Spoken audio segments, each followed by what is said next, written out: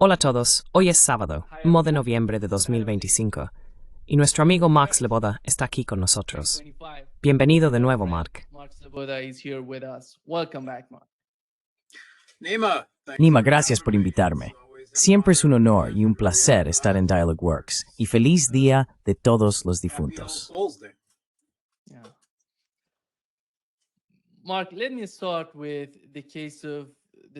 Mark, déjame empezar con el caso de los misiles Tomahawk. Después de la conversación entre los dos presidentes, Donald Trump y Vladimir Putin, Trump dijo que no quería enviarlos porque Estados Unidos necesita esos misiles y no quiere dárselos a Ucrania. Pero hoy hemos sabido que CNN informó ayer de que el Pentágono ha aprobado el envío de misiles Tomahawk de largo alcance a Ucrania, afirmando que no afecta negativamente a las reservas estadounidenses. Así que, básicamente, si quieres enviarlos, puedes hacerlo. ¿Qué está pasando? ¿Crees que realmente veremos misiles Tomahawk en Ucrania y algún tipo de escalada?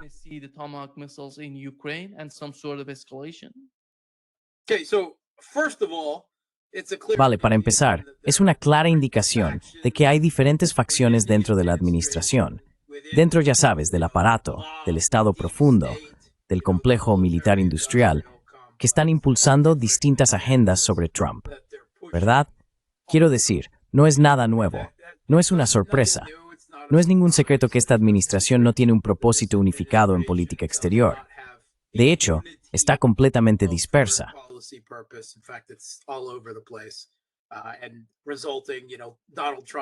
Y como resultado, ya sabes, los giros de 180 grados de Donald Trump sobre Biden, con alguna diatriba pueril en mayúsculas en las redes sociales, pasando de una postura a la contraria en cuestión de días.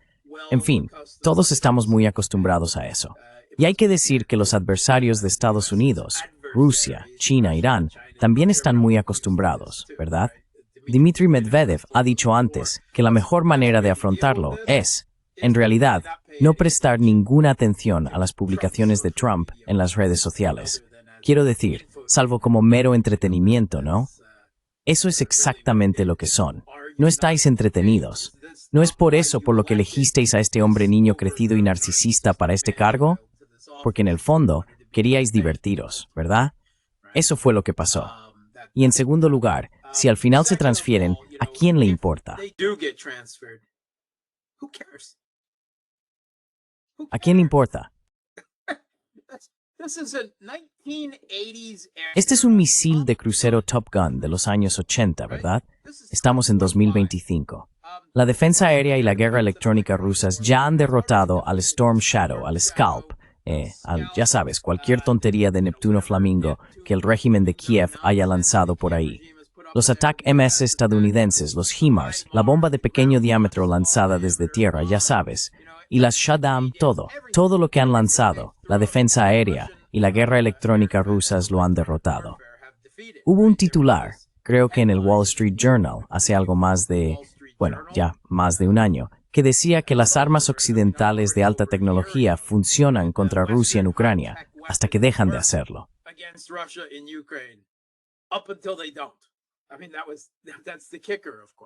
Quiero decir, ese es el kit de la cuestión, claro, ¿no?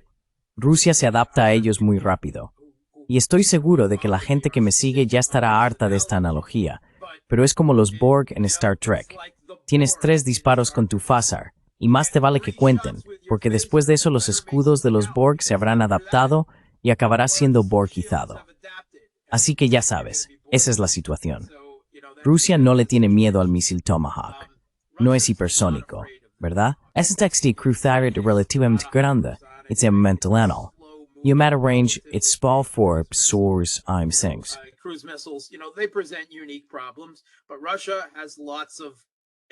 Pero Rusia tiene muchos sistemas de defensa aérea diseñados específicamente para hacer frente a misiles de crucero. No los S-400 como tal, sino, ya sabes, los sistemas más pequeños. Y sí, lograrán algunos impactos, siempre lo hacen, especialmente contra objetivos blandos como refinerías de petróleo y cosas por el estilo. Pero, en última instancia, solo pueden causar un daño limitado con esas armas, ¿verdad?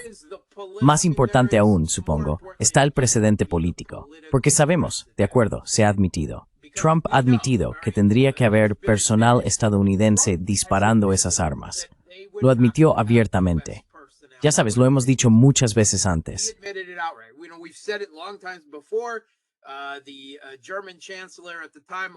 El canciller alemán de entonces, Olaf Scholz, ya sabes, cuando se negaba a enviar los Taurus, dejó claro lo que pensaba sobre los británicos. Los Storm Shadow, los Scalp, los ATACMS estadounidenses. Ya sabes, es lo mismo con esto. Es un poco de juego de manos y propaganda. Esa idea de que, fueron transferidos al régimen de Kiev. No. Cuando un Storm Shadow impacta en Rusia, el Reino Unido ha lanzado un misil de crucero contra Rusia. Esa es la situación, ¿verdad? Y ahora es lo mismo. Eso es problemático, y lo es aún más porque teóricamente el Tomahawk puede llevar una cabeza nuclear, puede portar una ojiva nuclear. Originalmente fue concebido como un arma estratégica. Y sí.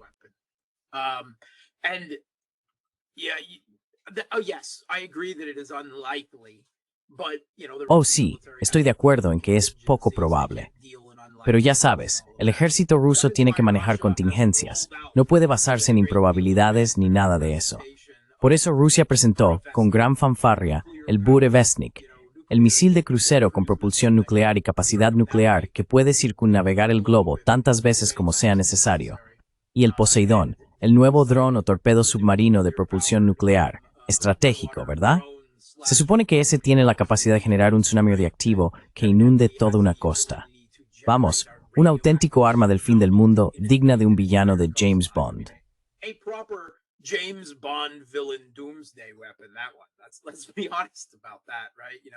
Seamos honestos con eso, ¿de acuerdo? Sabes, esto está pensado para disuadir a Estados Unidos, eso es lo que es. Y luego la respuesta de Trump a eso es declarar pruebas nucleares, como un niño inseguro, como si eso fuera a impresionar a los rusos. No, ellos simplemente realizarán sus propias pruebas nucleares. O sus declaraciones absurdas. No necesitamos un misil que recorra 8.000 millas. Tenemos submarinos nucleares frente a la costa de Rusia. Eso está muy bien, pero Rusia tiene submarinos nucleares verdes frente a tu costa. Y tienen el Burevestnik y el Poseidón, ¿verdad? Capacidades que tú simplemente no tienes, ¿verdad?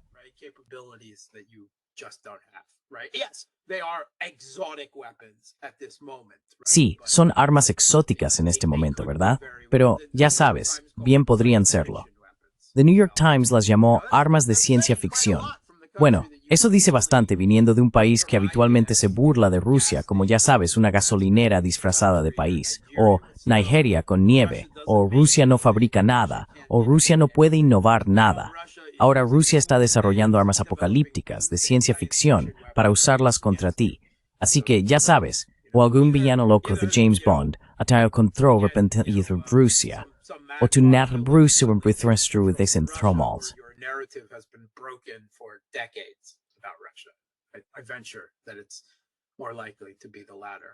Me atrevería a decir que es más probable que sea lo segundo.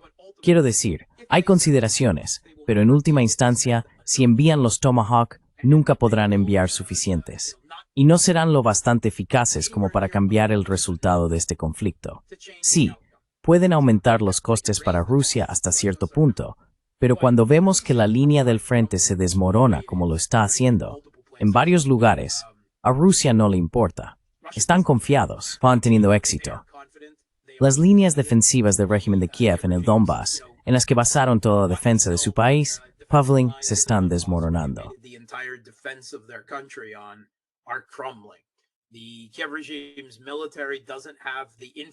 El ejército del régimen de Kiev no tiene infantería, no tiene personal suficiente ahora para defenderse, contraatacar o hacer nada, realmente. Así que los Tomahawk serían un último y desesperado grito de escalada. Quiero decir, ¿qué van a enviar después? ¿El F-35? ¿La estrella de la muerte? Es difícil tomarse en serio la amenaza de los Tomahawk, estando en Rusia. Me acabo de enterar hace unas horas de que el régimen de Kiev lanzó, supongo, todos los drones que tenía, todos los drones de ataque de largo alcance que había acumulado, contra Rusia anoche. 700 drones, y una parte considerable de ellos se dirigía a Moscú. Vivo en Moscú y acabo de enterarme de que hubo un ataque con 700 drones hace unas horas.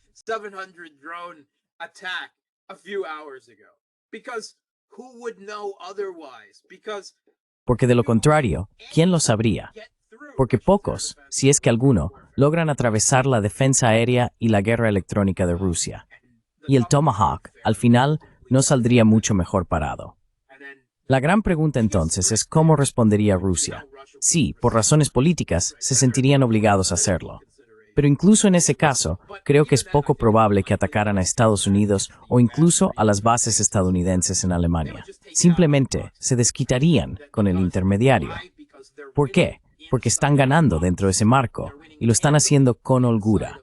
Les ha ido muy bien al no dejarse provocar fuera del terreno donde están ganando de forma tan decisiva.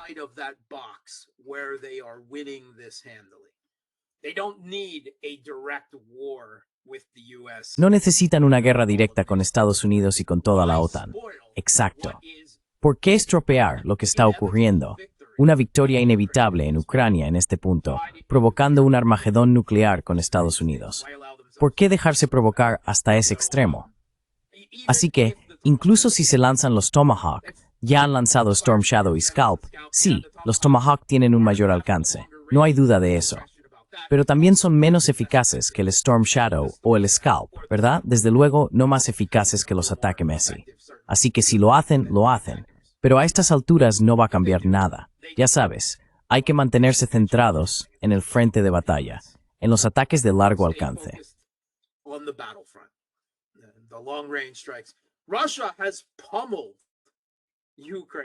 Rusia ha bombardeado Ucrania con miles de drones y misiles. A estas alturas ya no les queda defensa aérea. Toda la defensa aérea occidental se ha agotado, al igual que la defensa aérea de origen soviético, los sistemas de legado soviético mucho más eficaces con los que el régimen comenzó esta guerra. Y aún así, siguen luchando. Ese es el punto, ¿verdad? Los ataques de largo alcance pueden causar daños, sin duda. Pero, ¿ponen de rodillas a un país? ¿Detendría son militar especial? ¿Harían que Rusia cambiara su política exterior? No cambiaría los resultados en cada batalla, ni alteraría nada a nivel estratégico. No me preocupa demasiado.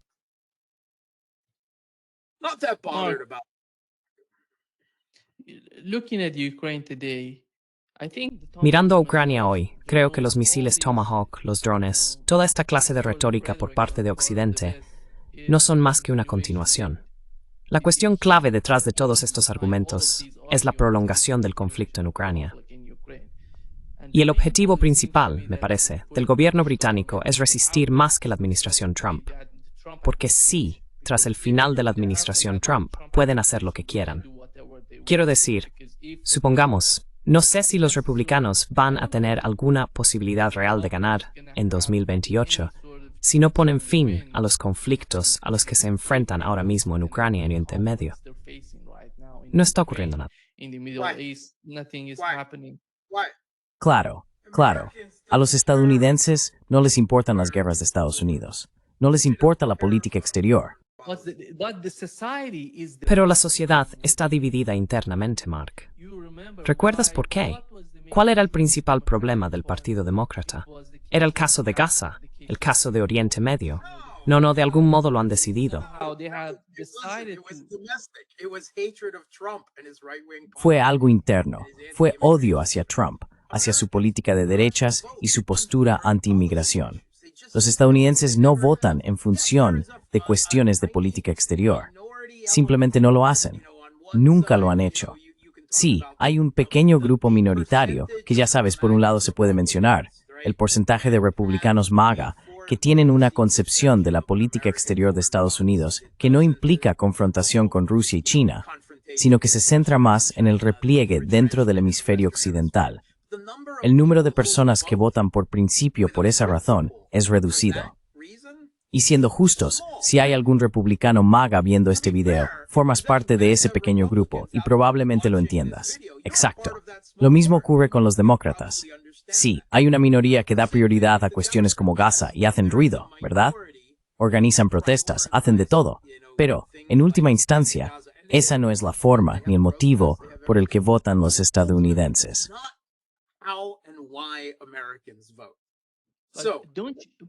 Entonces, ¿no crees que la política exterior de Estados Unidos está afectando la situación interna aquí?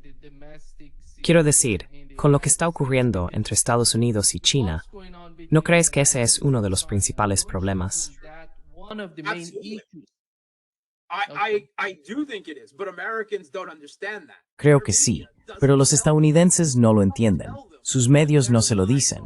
No les dicen que sus vidas están empeorando, que su nivel de vida está bajando, ¿verdad?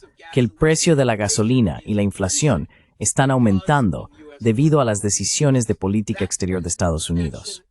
Esa conexión no se establece porque sus medios y sus élites políticas, en ambos lados del pasillo bipartidista, bueno, seamos sinceros, en la mayoría de los temas de política exterior no hay mucha diferencia entre la izquierda y la derecha, la Coca-Cola y la Pepsi, los demócratas y los republicanos, el vaivén entre el centro-derecha y el centro-izquierda. Hay unos pocos temas pequeños, ¿verdad? No muchos. No muchos, en realidad. De nuevo, se puede hablar de una cierta parte de la base activista demócrata de izquierdas que realmente se preocupa por Gaza y los palestinos, como deberían, como cualquiera debería. Pero los políticos no con tweets, son todos pro-israelíes. They're all pro-Israel. Right? Maybe one. Quizás haya una o dos excepciones a esa regla. Así que no hace ninguna diferencia. La opinión de la sociedad estadounidense sobre la política exterior no importa a la élite política y realmente no influye en las elecciones de Estados Unidos. Cualquier creencia en sentido contrario, ya sea de la derecha o de la izquierda, es una proyección de personas que se preocupan profundamente por un tema de política exterior y quieren creer que el resto de los estadounidenses, o incluso una mayoría o una parte considerable de ellos, también lo hacen. Pero las encuestas nunca han mostrado eso. Nunca ha sido cierto, y no lo es ahora. Y de nuevo, para todos los estadounidenses que sí se preocupan profundamente por la política exterior, debéis ser muy conscientes de que sois una minoría educada y consciente que entiende que estos asuntos de política exterior afectan directamente a la vida de los estadounidenses. Pero la mayoría de los estadounidenses no lo saben, no lo entienden. La mayoría de los estadounidenses no pueden localizar países extranjeros en un mapa.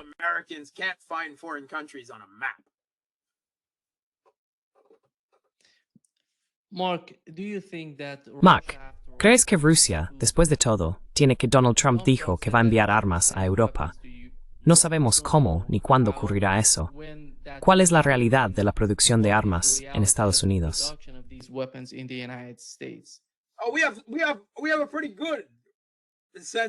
En realidad, tenemos una idea bastante clara de eso.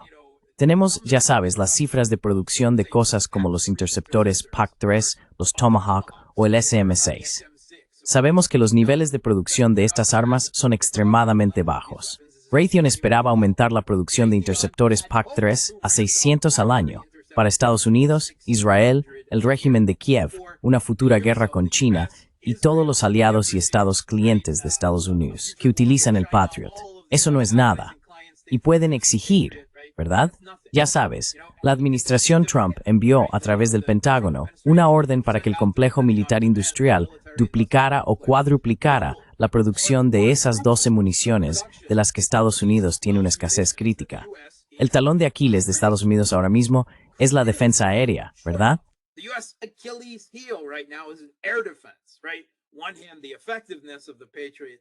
Por un lado, está la cuestión de cuán eficaz es realmente el sistema Patriot desde el principio.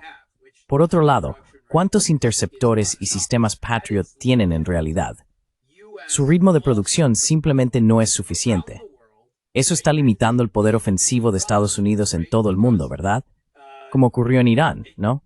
Porque la guerra de 12 días no terminó con el ataque de decapitación y el rápido cambio de régimen como se suponía.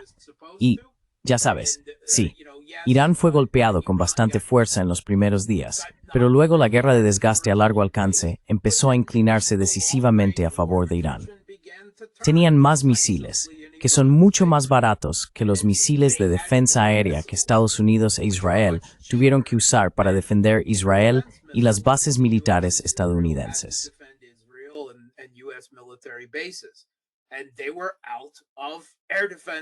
Y se habían quedado sin interceptores de defensa aérea. Así que Trump voló allí, lanzó unas cuantas bombas, declaró la victoria y un alto el fuego, y se fue a casa. ¿Por qué hizo eso? Seguro que recuerdas que en un momento llegó a gritar cambio de régimen en las redes sociales. ¿Por qué? Porque Estados Unidos no tenía suficiente defensa aérea. No tenían los interceptores. Y eso limita el potencial de Estados Unidos. Así que lo que dijo el complejo militar industrial, y fueron bastante abiertos al respecto cuando recibieron esa orden, fue, sí, genial, estupendo, eso es fabuloso, eso es dinero en el banco. He aquí la cuestión.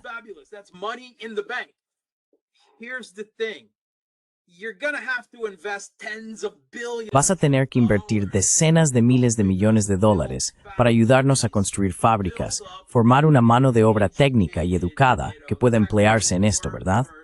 Y ya sabes, desarrollar la cadena de suministro posterior de todas las cosas que necesitamos. Tenemos que crear cadenas de suministro completas, hasta los componentes y todo lo demás. Ahora tenemos un problema con China, que quizá restrinja nuestro uso de tierras raras y otras cosas además de eso, ¿no? Así que ya sabes, échanos una mano con unos cuantos miles de millones más. 100,000 millones, 200,000 millones. No será mucho más que eso, ya sabes. Y eso no existe, ni siquiera para Estados Unidos, ¿verdad? Ni siquiera la impresora de dinero de la expansión cuantitativa puede imprimir tan rápido.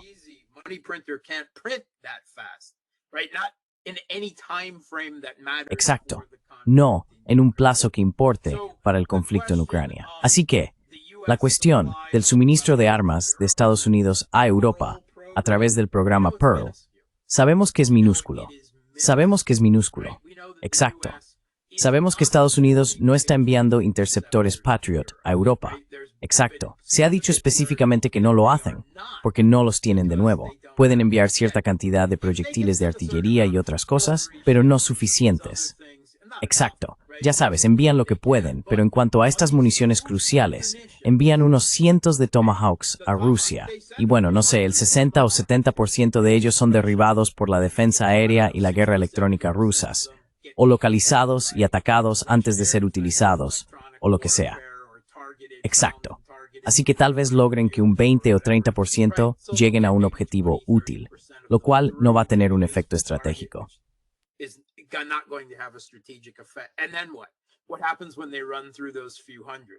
¿Y luego qué? ¿Qué pasa cuando se acaben esos pocos cientos? Porque, sin importar lo que el Pentágono diga sobre que no afecta a las reservas, quien quiera que dentro del Pentágono esté diciendo eso, están mintiendo, ¿verdad?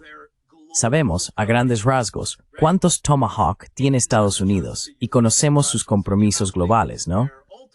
No se trata solo de Ucrania y Rusia. Así que la cantidad que pueden destinar es en última instancia inferior a 1 millar.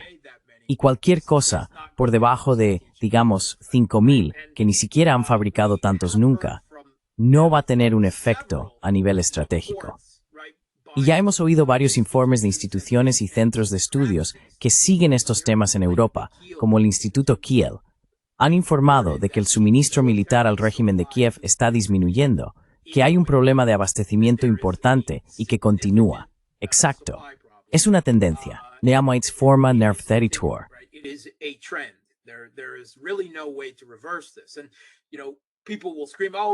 Y ya sabes, la gente gritará, oh, eso es Trump deteniendo a Ucrania, el suministro de armas estadounidenses. Exacto. Y ahora solo un goteo está siendo comprado por los europeos a través del programa Pearl, ya sabes, y suministrado al régimen de Kiev, o lo que los europeos puedan producir efectivamente por su cuenta.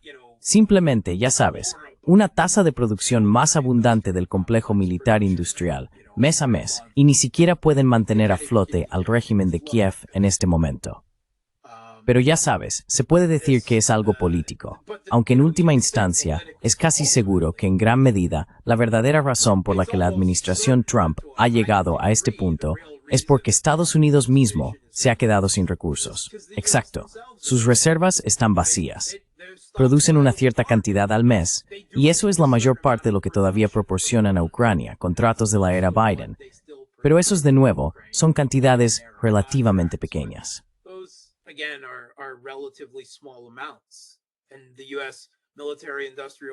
Y el complejo militar industrial de Estados Unidos, ya sabes, no puede producir más.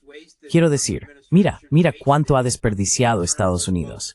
La administración Trump desperdició muchísimo tanto en defensa aérea como en operaciones ofensivas. Ya sabes, misiles aire-tierra que Estados Unidos malgastó solo en Yemen, jugando al golpea al topo de forma ineficaz contra los hutíes en el desierto. ¿Y ahora van a lanzar una operación contra Venezuela? ¿En serio? Quiero decir, sé que consideran a Venezuela una presa fácil, pero a menos que consigan algún tipo de compra o cooptación de la CIA del ejército y los servicios de seguridad venezolanos, que quiero decir, sin duda lo intentarán. Si eso no funciona, entonces tendrán que recurrir a la opción de ataque cinético. ¿Y cuántos más van a desperdiciar allí, verdad? ¿Sabes? ¿Eso se convertirá en un atolladero tipo Vietnam? No lo sabemos, ¿verdad? Pero bueno, desde effing der cuán significans la beneficiaria sea forth en esta política venezolana, de cuán eficaz sea.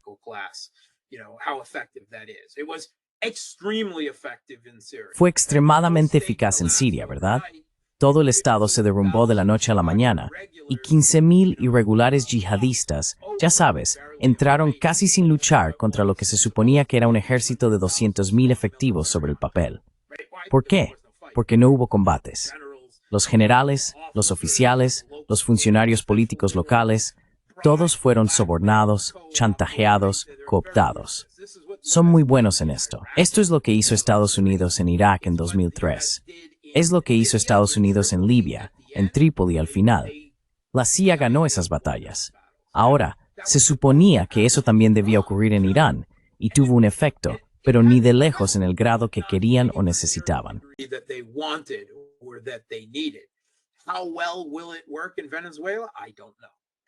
¿Qué también funcionará en Venezuela? No lo sé. Y sinceramente, no creo que nadie lo sepa. Quiero decir, la gente tiene, digamos, sentimientos muy firmes sobre el asunto, pero no creo que nadie sepa realmente cuán comprometida ideológicamente está Venezuela.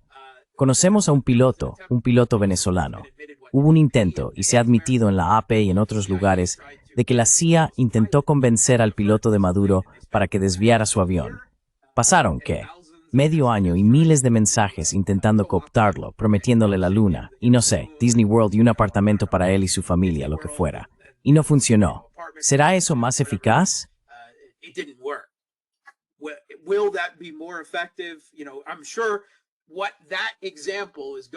Sabes, estoy seguro de que ese tipo de ejemplo está ocurriendo ahora mismo a una escala macro, de formas que no podemos ver. Ese es el verdadero peligro para Venezuela, ¿verdad? No una invasión terrestre de Estados Unidos con tropas desembarcando en las playas. Ese no es el peligro. Sí, un ataque de decapitación. Los Tomahawk, de nuevo, usando Tomahawk que realmente no les sobran. Y si lo hacen, Rusia lamentará cualquier pérdida de Venezuela, ¿no? En última instancia, están en el hemisferio occidental. Tienen opciones geopolíticas muy limitadas para defenderla. Si Estados Unidos está realmente decidido a tomar Venezuela, entonces hay muy poco que Rusia o China puedan hacer para evitarlo. Podrían aumentar los costes, pero ya sabes, tienen otras prioridades. Eso es...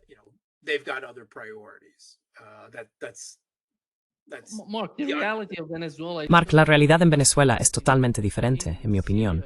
Porque en Siria, mencionaste Siria, Siria tenía, ya sabes, Idlib. Crearon esos grupos en Idlib, apoyados por Turquía durante mucho tiempo. No hay una Turquía en las fronteras de Venezuela.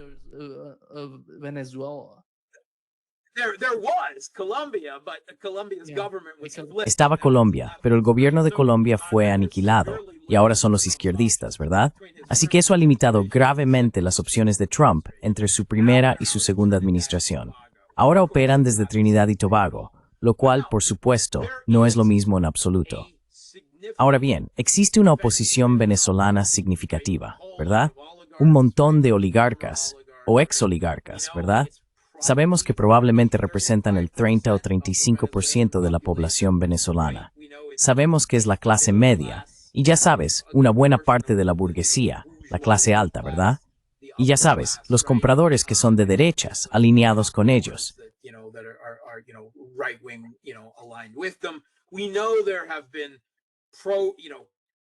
Sabemos que ha habido, ya sabes, protestas, que en realidad fueron guerras callejeras contra el gobierno venezolano durante años. Han estado relativamente tranquilas últimamente, lo que sugiere que el gobierno venezolano, con el tiempo, las ha neutralizado en gran medida, aunque podría ser lo contrario. Podrían simplemente estar esperando su momento, no lo sabemos. Pero sí sabemos que existe una oposición significativa, si no militarizada, al menos militante dentro de Venezuela, que Estados Unidos y la CIA pretenden utilizar como sus soldados rasos, como carne de cañón en Venezuela. Ya sabes, mercenarios, ¿verdad? ¿Cuántos mercenarios colombianos han matado las fuerzas rusas en Ucrania?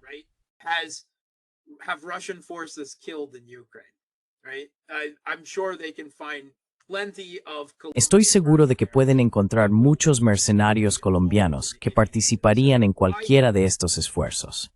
Mi única apuesta salvadora en esto es que la administración Trump es muy mala organizando estas cosas, ¿verdad? Intentaron un cambio de régimen al estilo de los hermanos Marx durante la primera administración de Trump. Simplemente no parecen tan competentes como, digamos, no sé, la administración Blinken-Sullivan en lo que respecta a este tipo de asuntos. Así que, pero puedes decir, estoy de acuerdo, ¿no? Venezuela no es Siria, obviamente. Y lo que se intentó en Siria también se intentó en Irán y en última instancia no tuvo éxito. Pero vimos que causó daños, ¿verdad? ¿Sabemos cuál es ahora mismo el grado de infiltración de la CIA en el ejército venezolano, los servicios de seguridad y la élite política? No, no lo sabemos. No lo sabemos. Quiero decir, Top T's Tour.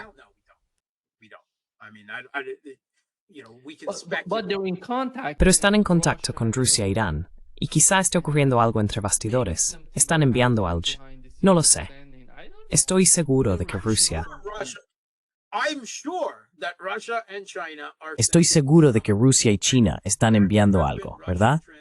Ha habido aviones de transporte rusos. Hay informes no confirmados de que Wagner ha llegado.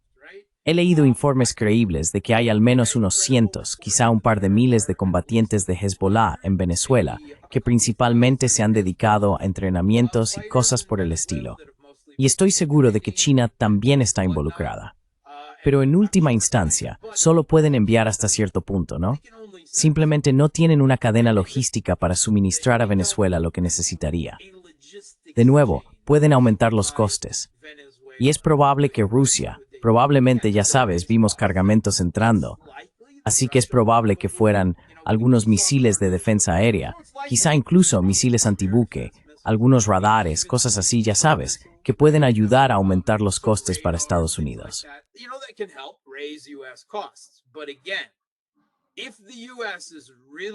Pero, de nuevo, si Estados Unidos realmente se toma en serio lo de hacerse con Venezuela, y ya sabes, esto lo hemos oído. La semana pasada, un exfuncionario estadounidense dio una entrevista en 60 Minutes en la que admitió abiertamente que el verdadero problema con Venezuela es, primero, olvidémonos de ese pretexto del narcodiscurso. 1. Están sentados sobre las mayores reservas probadas de petróleo del mundo, que podrían impulsar la economía del siglo XXI de Estados Unidos y de sus aliados, los europeos. Y 2.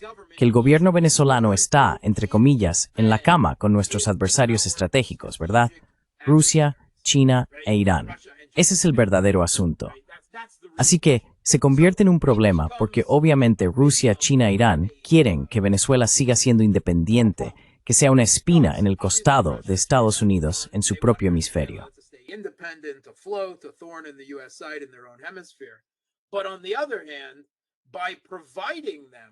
Pero por otro lado, al proporcionarles más equipo militar, más conocimientos técnicos y experiencia militar, corren el riesgo de provocar precisamente este tipo de situación.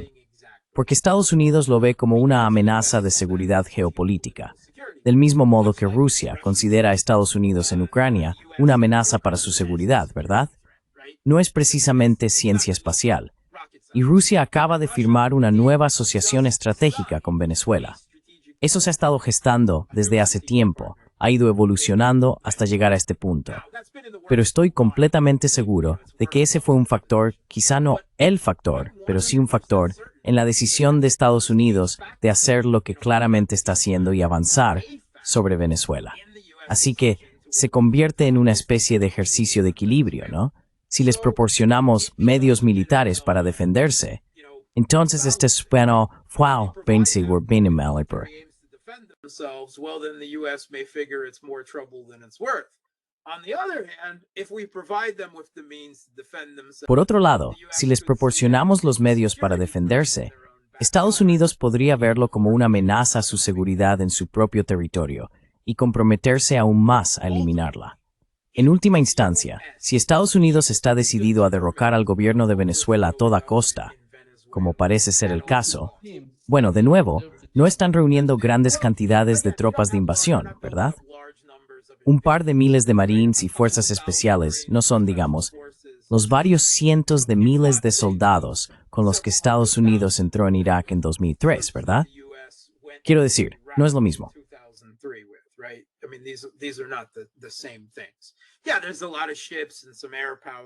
Sí, hay muchos barcos y algo de poder aéreo y todo eso, pero en última instancia no es una gran concentración de poder estadounidense.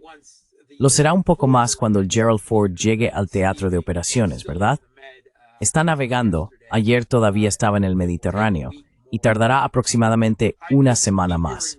Sigo oyendo informes en los medios estadounidenses de que los ataques son inminentes. Es decir, eso significaría que empezarían al menos antes de que llegara el Gerald Ford, el grupo del portaaviones, porque aún falta más de una semana. Pero seguirían siendo ataques de largo alcance, ¿no? Ataques aéreos, ataques con misiles de crucero.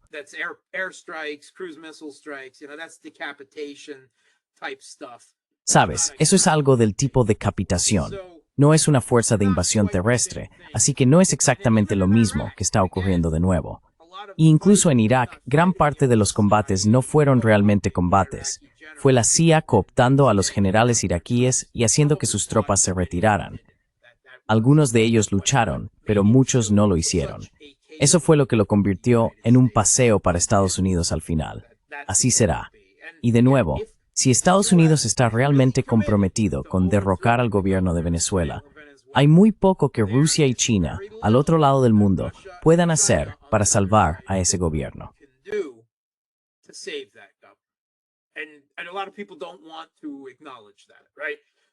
Y mucha gente no quiere reconocer eso, ¿verdad? Se enfadan porque Rusia no envía a sus paracaidistas a Venezuela o algo por el estilo. Simplemente no es realista. Eso sería la Tercera Guerra Mundial, y Rusia y China no van a arriesgarse a una confrontación nuclear con Estados Unidos fuera de su zona de comodidad, justo allí en el hemisferio occidental, por una disputa con Small sobre Venezuela, del mismo modo que no se arriesgarían a una guerra con Estados Unidos por una defensa militar de los palestinos. Puede que desees que la realidad fuera distinta. Yo mismo siento ese tirón emocional. Pero necesitamos realistas aquí respecto a las capacidades reales de China y Rusia.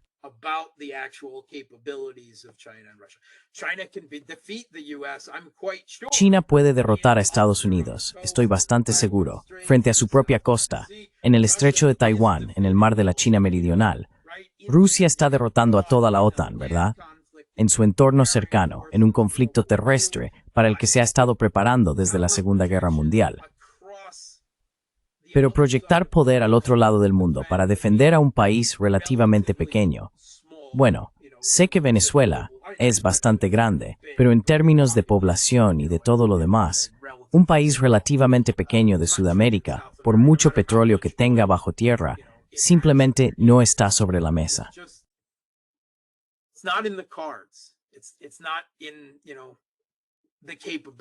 No está dentro de las capacidades de estos dos países. No sin arriesgar algo que no pueden respaldar, lo que muy rápidamente se convertiría en una confrontación total, una pendiente resbaladiza hacia una guerra nuclear.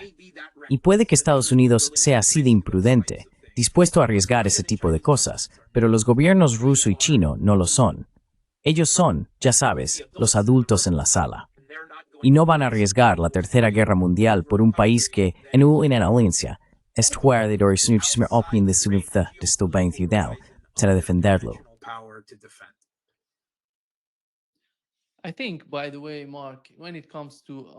Creo, por cierto, Mark, que cuando se trata de Argentina y Venezuela, en ambos casos la apuesta $50.000 millones para Argentina, es una trampa para la administración Trump.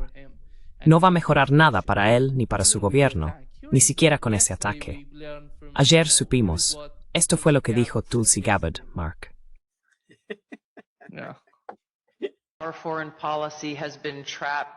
Nuestra política exterior ha estado atrapada en un ciclo contraproducente e interminable de cambio de régimen y construcción de naciones. Era un enfoque de talla única: derrocar regímenes, intentar imponer nuestro sistema de gobierno a otros, intervenir en conflictos que apenas comprendíamos y marcharnos con más enemigos que aliados. ¿Los resultados? Billones gastados, innumerables vidas perdidas y, en muchos casos, la creación de amenazas a la seguridad aún mayores, como el auge de grupos terroristas islamistas como el ISIS.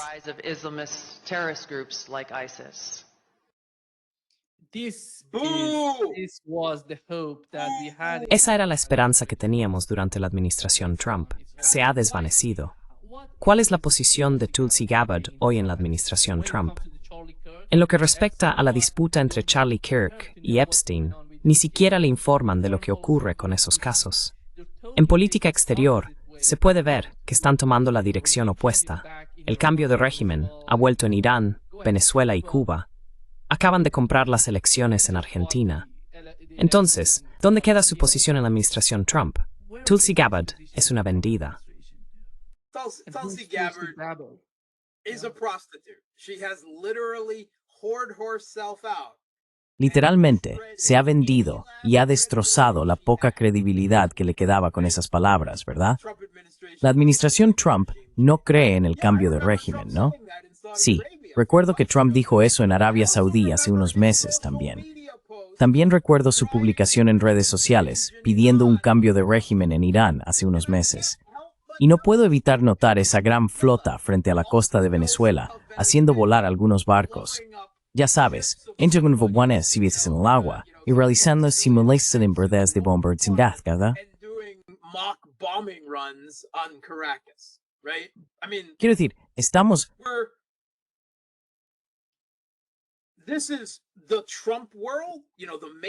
Este es el mundo de Trump. Ya sabes, el mundo de fantasía del giro y la propaganda, donde Trump cree una cosa un día y lo contrario 15 minutos después. De ese mundo salió la retórica de Tulsi Gabbard. Y luego está la realidad en la que vivimos el resto de nosotros, donde Estados Unidos acaba de cooperar con Israel en un ataque sorpresa de decapitación dirigido a un cambio de régimen en Irán, y fracasó. Quiero decir, Trump ni siquiera lo ocultaba. Pidió un cambio de régimen en Irán en sus redes sociales. ¿Dónde está un periodista con una pizca, una mínima parte de integridad, que cuestione a Tulsi Gabbard sobre ese hecho?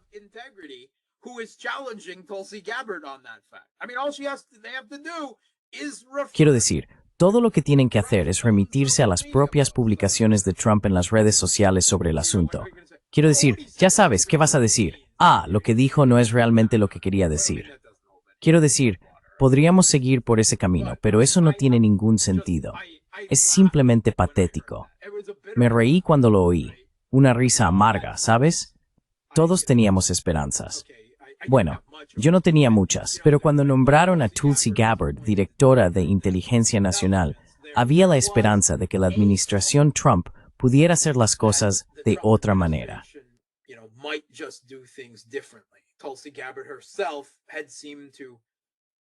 Tulsi Gabbard parecía estar, ya sabes, ideológicamente comprometida con gran parte de lo que la administración Trump está haciendo en este momento. Y ella sigue, ya sabes, en ese mundo de fantasía de giros, narrativas y relaciones públicas que Trump maneja, ¿verdad? Ya sabes, ese mundo en el que el emperador lleva una brillante túnica de Balenciaga en lugar de estar completamente desnudo, cubierto de sangre. Pero tú y yo podemos ver a Trump obscenamente desnudo, cubierto de sangre. Es ya sabe, Tulsi Gabbard's with the method es a simular embrace, et tu repaís smoked en Balenciaga to repugar. Clothed in Balenciaga instead. Mark, creo que no se trata solo de Irán o Venezuela, ni siquiera de Cuba. En última instancia, uno de los principales objetivos de Occidente, puedes llamarlo delirante o ilusorio, es también el cambio de régimen en Rusia y China. Sure. Claro, claro. Quieren es eso. They do, right? And they can't do that, at least not right now. Y no pueden hacer eso, al menos no ahora mismo. Intentaron enfrentarse a Rusia. Intentaron fanfarronear y alardear ante Rusia durante la administración Trump. No funcionó. Rusia no ha cedido ni un ápice. Estaban dispuestos a hablar. Putin estaba dispuesto a jugar al juego de adular a Trump con la esperanza de que hiciera algo diferente. En última instancia, por supuesto, no lo hizo. De todos modos, era extremadamente improbable, porque incluso si hubiera querido, es muy dudoso que realmente tuviera la autoridad como presidente para cambiar sustancialmente la política exterior de Estados Unidos. Pero lo intentaron, literalmente, en Irán, y fracasaron. Pero ya sabes, siempre está Venezuela. Está en nuestro propio hemisferio. Ya sabes, hay mucho menos. Venezuela no es Irán.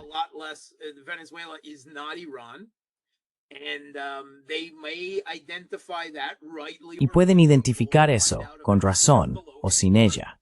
Ya lo sabremos con el tiempo, como la fruta madura más fácil de alcanzar. Trump quiere una victoria, ¿verdad?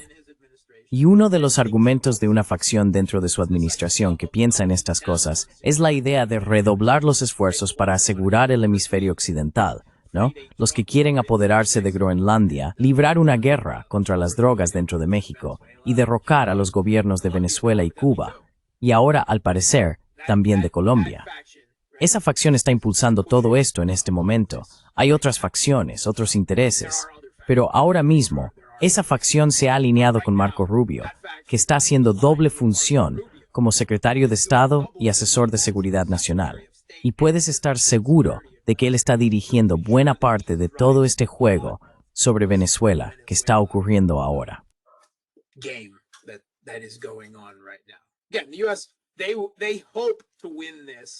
De nuevo, Estados Unidos espera ganar esto a escondidas, bajo el radar, con la CIA, posiblemente mediante ataques de decapitación y el uso de la oposición dentro de Venezuela.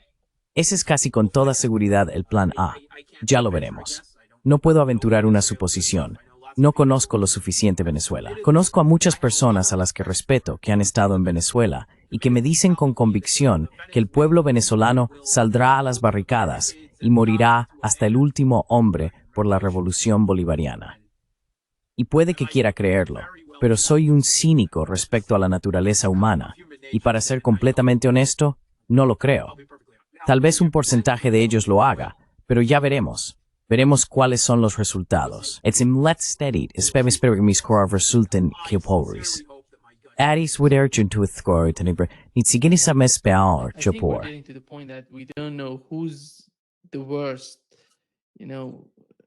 Antony Blinken o Marco Rubio.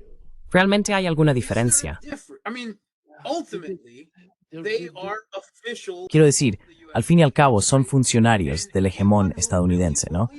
Y cualquiera que realmente crea que como resultado de las elecciones escenificadas en Estados Unidos, por muy diferente que pueda ser Trump en términos de relaciones públicas, de retórica y todo eso, bueno, hubo gente que creyó sinceramente que la administración Trump iba a hacer las cosas de otra manera. Creo que Brian Berletic, algunos otros, y yo éramos bastante escépticos. Podríamos haber tenido esperanzas, pero ya sabes, como he dicho antes, la esperanza es la muerte del análisis. Yo no me dedico a la esperanza, así que nunca esperé que la administración Trump hiciera todo de forma diferente. Aunque casi me convencen en un momento dado, hubo un instante en que Trump llamó dictador a Zelensky, con razón.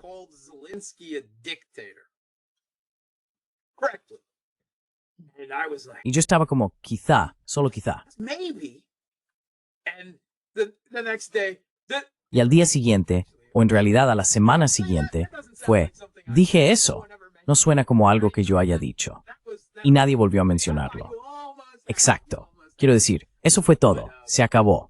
Fue como, casi me convences. Casi me convences. Pero no, ya sabes, es la hegemonía estadounidense. Está incrustada en las instituciones de Estados Unidos, desde la CIA, el Departamento de Estado, todas las instituciones del gobierno, pasando por los think tanks, el complejo militar industrial, las universidades, donde la próxima generación se educa en este excepcionalismo mesiánico y supremacista estadounidense. donde los funcionarios, especialmente del lado demócrata, cuando están fuera del cargo, ahí está la puerta giratoria. Dejan el cargo y luego pasan a puestos docentes en las universidades hasta que se les necesita de nuevo.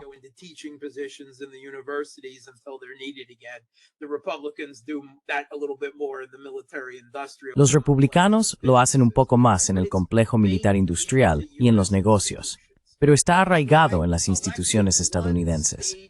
Por eso, elegir a una u otra figura teledirigida, en última instancia, por mucho que la retórica o el discurso parezcan diferentes, sigue siendo la misma bestia hegemónica. Y va a hacer falta mucho más que los resultados de una elección tipo Pepsi o Coca-Cola para cambiar la política exterior de Estados Unidos de una manera significativa, ¿verdad? Eso significaría que tendrían que dejar de intentar ser una hegemonía y empezar a encontrar un lugar constructivo para sí mismos en un futuro multipolar. No. Multipolar world future. No. It's not going to happen that way. It's going to come down. No va a suceder de esa manera. Va a reducirse a, probablemente no a una sola confrontación, sino a una serie de confrontaciones, no todas directamente militares, algunas ocurriendo en diferentes ámbitos. Creo que eso está ocurriendo ahora mismo. Exacto. Estados Unidos está perdiendo una en Ucrania en términos militares. La están perdiendo. Literalmente han sido puestos contra las cuerdas y superados por China en una guerra comercial que Estados Unidos inició, una para la que China estaba preparada y llevaba años preparándose, mientras que Estados Unidos no hizo nada para prepararse. Eso fue todo un gesto de desdén y desaprobación.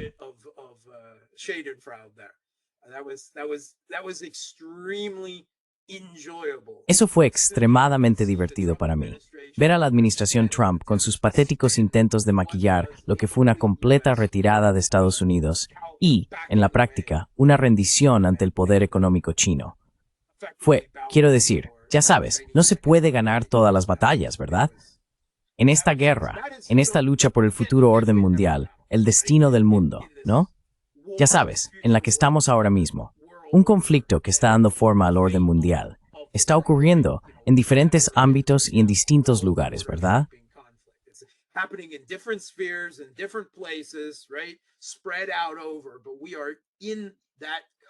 Extendido a lo largo de, pero estamos en ese conflicto ahora mismo y no podemos ganar todas esas luchas. Al final perdimos esa partida en Siria después de haber ganado en el campo de batalla. Pero Irán ha sobrevivido, al menos hasta ahora, a los intentos que se lanzaron contra él.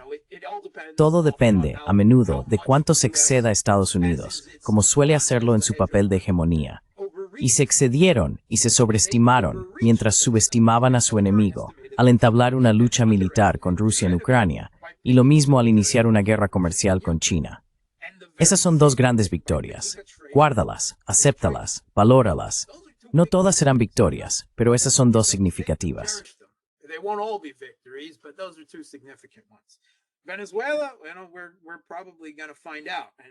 Venezuela, probablemente lo vamos a descubrir.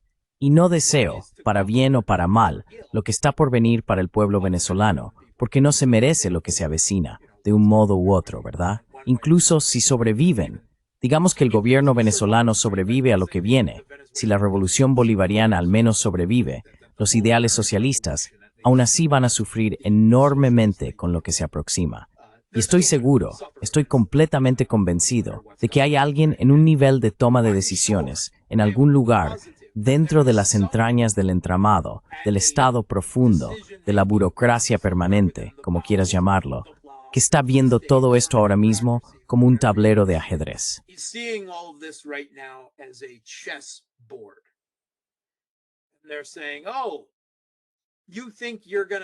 Dicen, ¿crees que no te vas a rendir? ¿Crees que vas a quitarnos a nuestro caballero en Ucrania? Muy bien, ahí tienes tu peón en el tablero. Ese ya lo tengo. Ahí está tu torre en Siria. Esa también la tengo. Y luego veo ese alfil en Venezuela. También voy a quedarme con él, ¿verdad? Así es como lo ven. Se consideran en un conflicto ahora mismo por el orden global y creen que están respondiendo a eso como parte de este juego. Vas a sacar a uno de nuestra esfera de influencia en tu hemisferio. Pues nosotros sacaremos a uno de tu esfera de influencia en el nuestro. out of your sphere of influence in our hemisphere. Están buscando, ya sabes, algún tipo de ventaja en el mercado energético.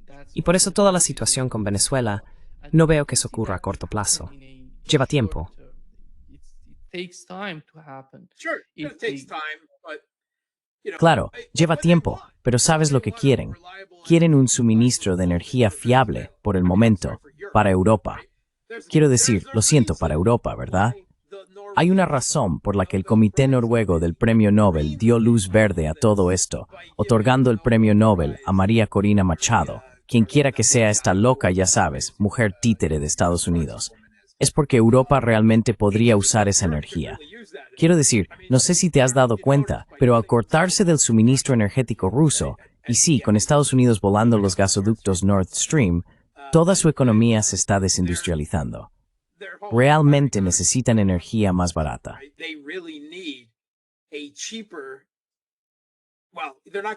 Bueno, no van a conseguir nada más barato y más fiable que Rusia, pero necesitan algo más barato y más fiable que el GNL estadounidense en este momento, ¿verdad?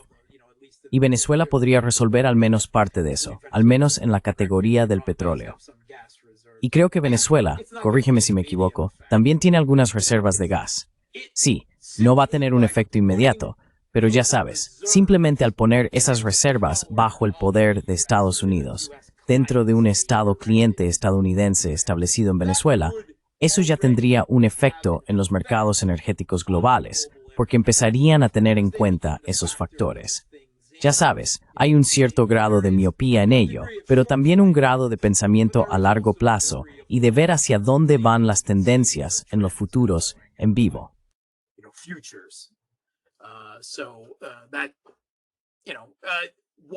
Así que esa pregunta, ya sabes, mientras haya un conflicto en curso, habría una interrupción, ¿verdad?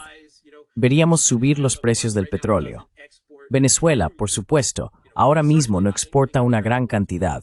Desde luego, nada comparable a lo que podría exportar al mundo, debido a las sanciones de Estados Unidos y a lo largo de los años al deterioro de la industria energética venezolana como resultado de ello.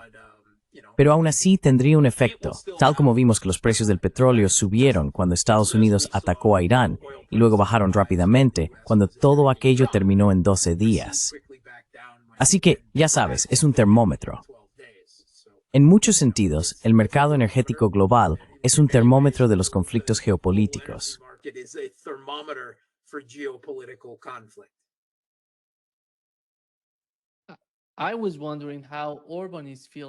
Me preguntaba, ¿cómo se sentirá ahora Orbán respecto a Donald Trump?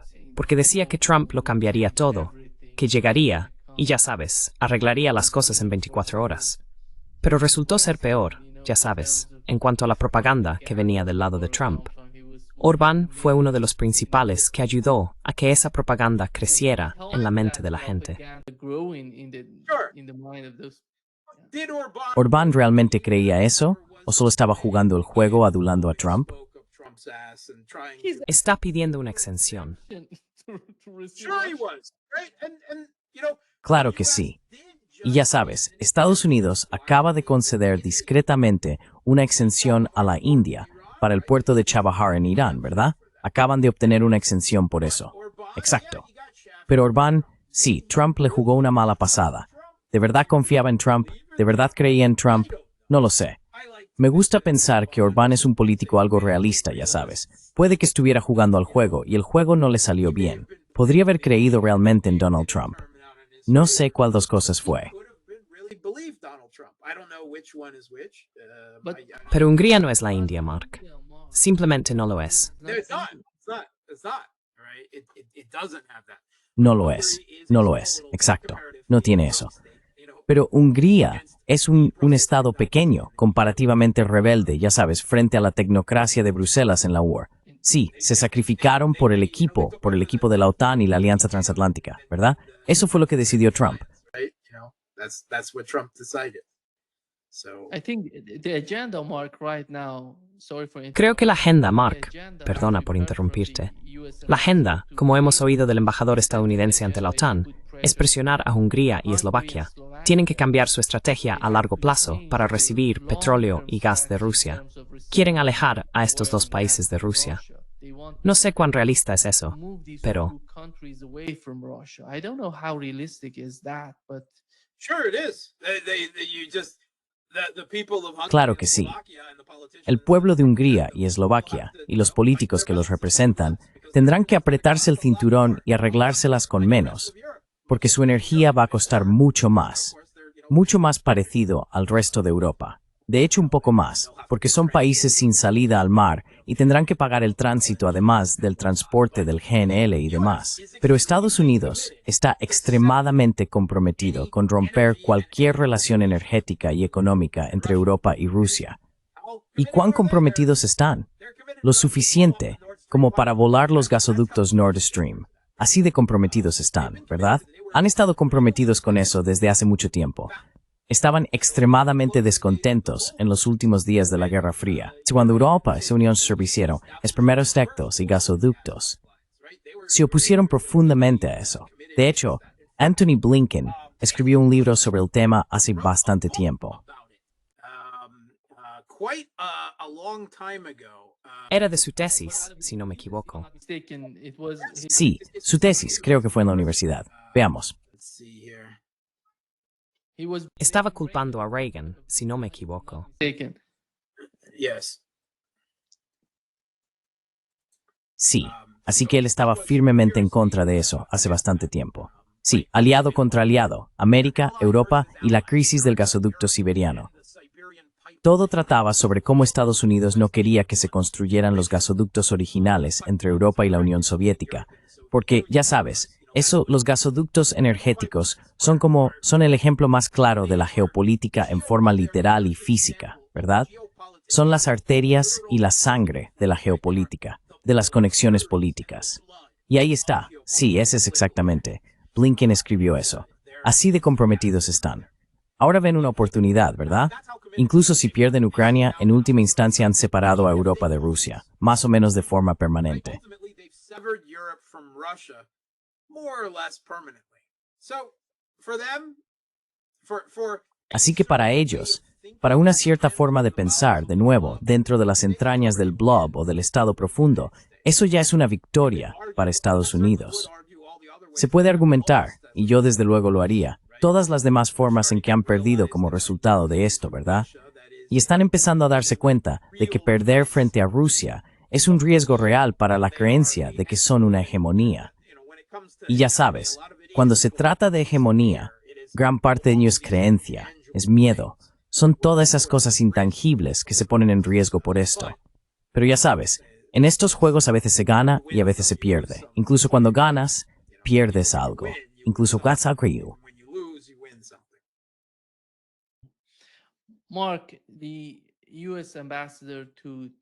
Mark, el embajador de Estados Unidos en Turquía, Tom Barak, dice que Israel puede y desarmará a Hezbollah por la fuerza si el gobierno del Líbano no lo hace. ¿Cómo ves a Hezbollah hoy? ¿Y crees que Israel realmente sería capaz de desarmar a Hezbollah?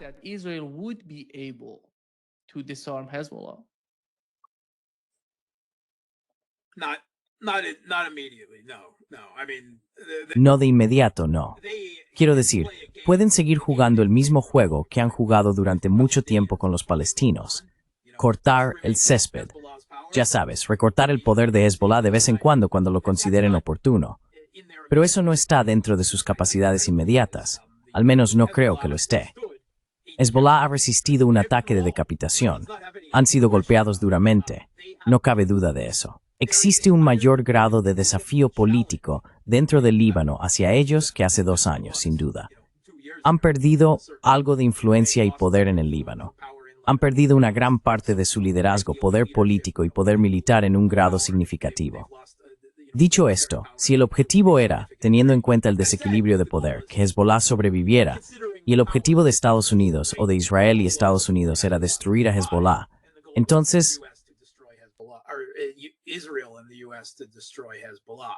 Well, Hezbollah is wounded, but they're still kicking. So Bueno, Hezbollah está herido, pero sigue en pie. Así que ya sabes, ¿en qué categoría quieres encuadrar eso? Ciertamente, Irán ha perdido una gran parte de su poder a través de su eje de resistencia, porque Siria está ahora literalmente en manos de Al-Qaeda aliada con Occidente. Hezbollah ha sido golpeado duramente. Hamas está literalmente luchando por su vida. Y más aún, el pueblo palestino de Gaza está luchando por su vida y se encuentra en una situación muy mala. Los hutíes siguen resistiendo, pero han recibido algunos golpes. Toda su cúpula fue aniquilada hace unos meses, y su capacidad ofensiva, estoy seguro, se ha visto afectada en cierta medida. their offensive capacity, I'm sure, has suffered to a certain degree. And they're Fueron el primer ministro y los miembros de su gabinete, lo cual es diferente, sí, diferente de los hutíes. different from the Houthis. Yeah, the political. Yes, I mean that's Lo político, bueno, quiero decir, ese es un nivel de tecnicismo sobre Yemen que es importante señalar, pero probablemente va más allá del alcance de la comprensión general o de la visión global que la mayoría de la gente tiene de esto. Pero la capacidad de los hutíes para atacar a Israel siempre ha sido, digamos, marginal. Los hutíes nunca van a derribar, ni van a poder impedir que Israel siga una política genocida. Pueden aumentar los costes, y creo que lo han hecho. Lo han hecho bastante bien. Ellos, de nuevo, tienen un cierto grado de certeza moral, ¿verdad? Yo mismo he sostenido ese argumento. Siendo una persona de Realpolitik, no otorgo un gran valor político a la moralidad.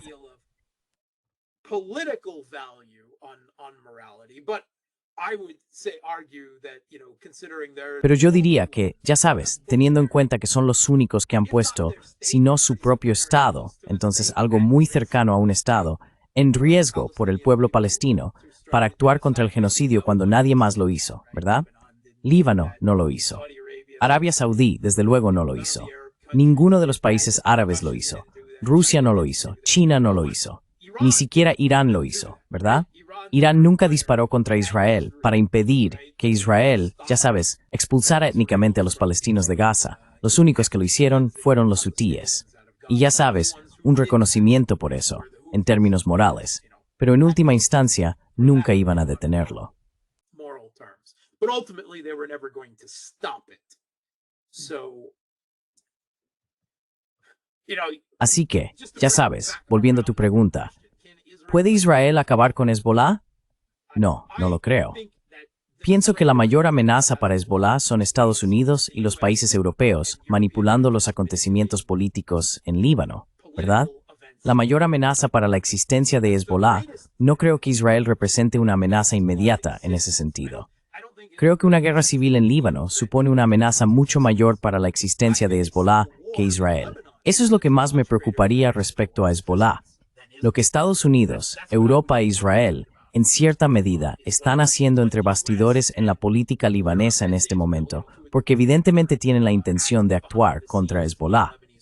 Están intentando neutralizarlo de esa manera. Hasta ahora no ha funcionado. to neuter Hezbollah that way hasn't worked so far, and they've been trying it for years. But they Llevan intentándolo durante años, pero ya sabes, parece que ahora se han comprometido un poco más con eso. Pero no creo que en este momento Israel tenga la capacidad de eliminar a Hezbollah. De nuevo, cortar el césped, ya sabes, eso es otra historia. Siempre pueden causar daño a Hezbollah. Pueden limitar el poder ofensivo de Hezbollah. No es que Hezbollah haya estado especialmente comprometido con acciones ofensivas contra Israel. Eso está un poco más allá de su capacidad. Lo principal para Hezbollah es simplemente la supervivencia y la defensa del territorio libanés, que fue en origen para lo que fueron creados, ¿verdad? Ya sabes, para eso fueron creados. Hezbollah no puede destruir a Israel, pero Israel tampoco puede destruir a Hezbollah, a pesar del enorme desequilibrio de poder entre ambos. between the two of them.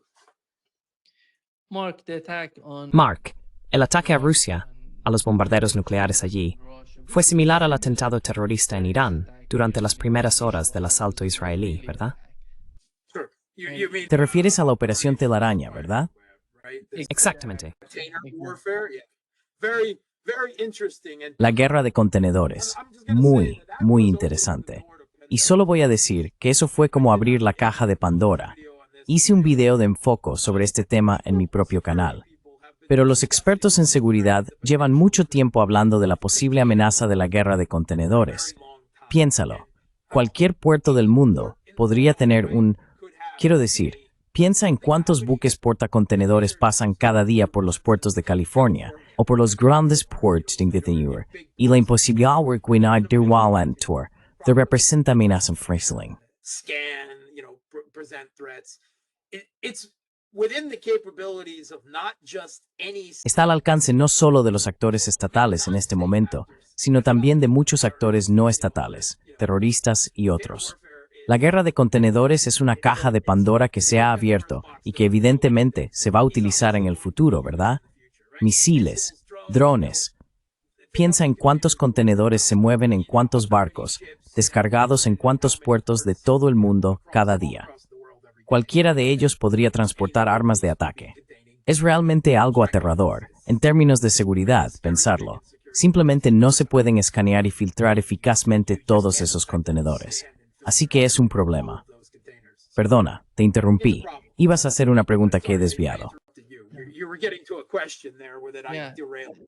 The question was that Iran, looking at Iran today, La pregunta era sobre Irán.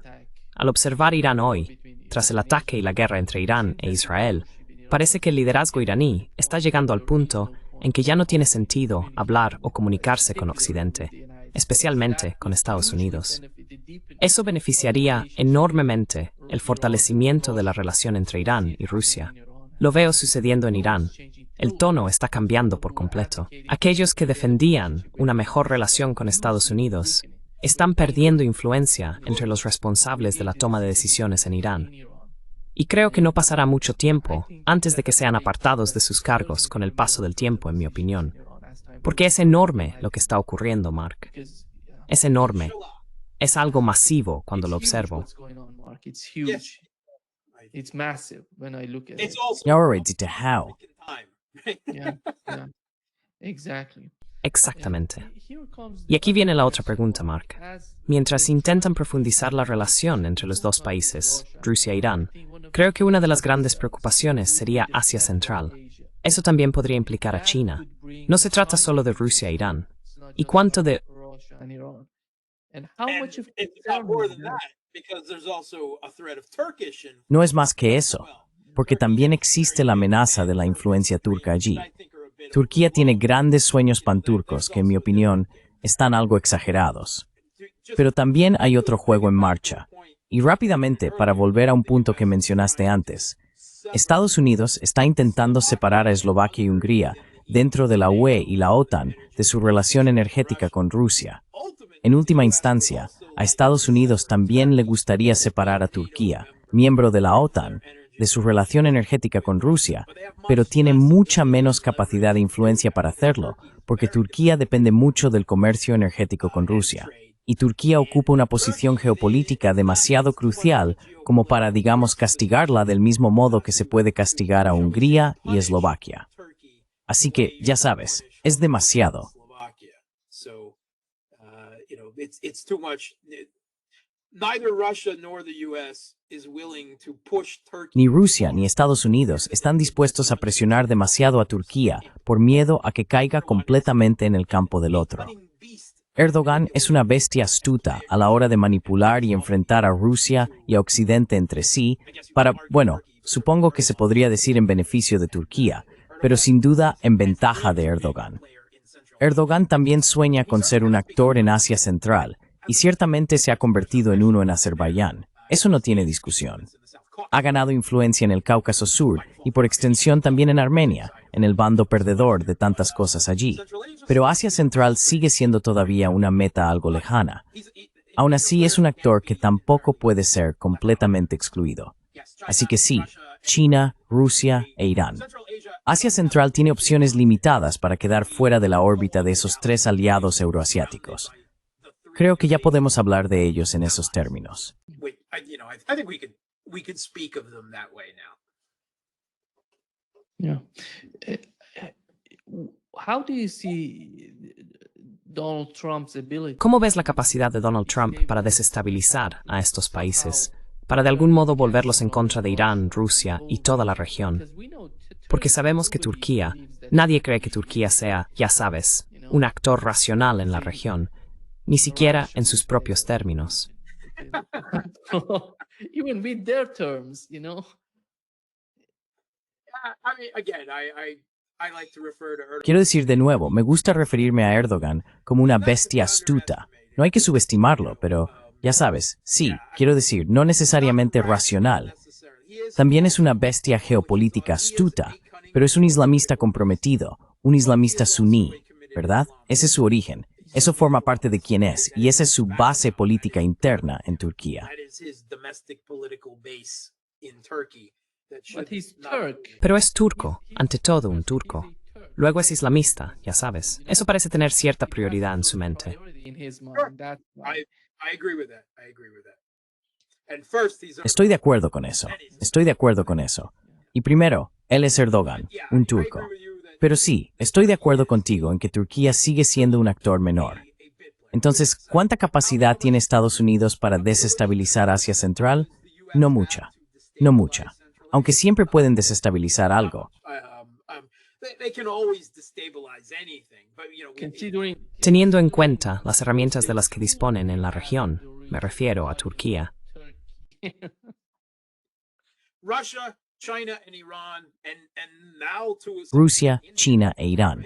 Y ahora, hasta cierto punto, incluso la India. Bien, podemos hablar de cuánto durará eso o no, pero sí, veo muy pocas oportunidades de desestabilizar Asia Central de esa manera, especialmente ahora. Seamos sinceros, Rusia y China están incorporando a los talibanes de Afganistán al ámbito euroasiático, ¿verdad?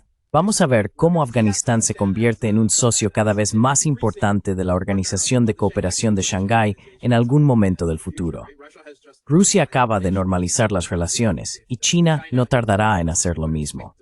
Eso ha curado, o está curando, una herida que tenía Estados Unidos. Ahora bien, todavía queda una infección persistente como resultado de ello, llamada ISIS-Khorasan, compuesta en gran parte por antiguos funcionarios de seguridad e inteligencia del gobierno afgano, que en la práctica se han convertido en mercenarios terroristas al servicio de Estados Unidos. become terrorist mercenaries at the U.S. bidding, right? They've struck at Russia in Central Asia. Exacto. Han atacado a Rusia en Asia Central. Han atacado a Rusia dentro de Rusia. Exacto. Sabes, vimos un atentado terrorista en nombre de Estados Unidos y Ucrania contra el teatro y el centro de entretenimiento en Moscú. Hemos visto ataques contra ingenieros chinos en Pakistán. Hemos visto ataques contra Irán. Todos realizados bajo el pretexto de ISIS, ¿verdad? Nadie debería tener ilusiones. Son mercenarios de Estados Unidos en Asia Central. Ahora bien, eso no significa que no haya yihadistas reales dentro de la organización. Pero las personas que dirigen las cosas son peones de Estados Unidos, mercenarios estadounidenses que utilizan la máscara de una organización terrorista. Esa es la infección persistente en la región, una herramienta que Estados Unidos aún tiene para desestabilizar las cosas, como mencionamos. Pero, en última instancia, creo que su capacidad para hacerlo es limitada. Their capability to do that, I think, is limited.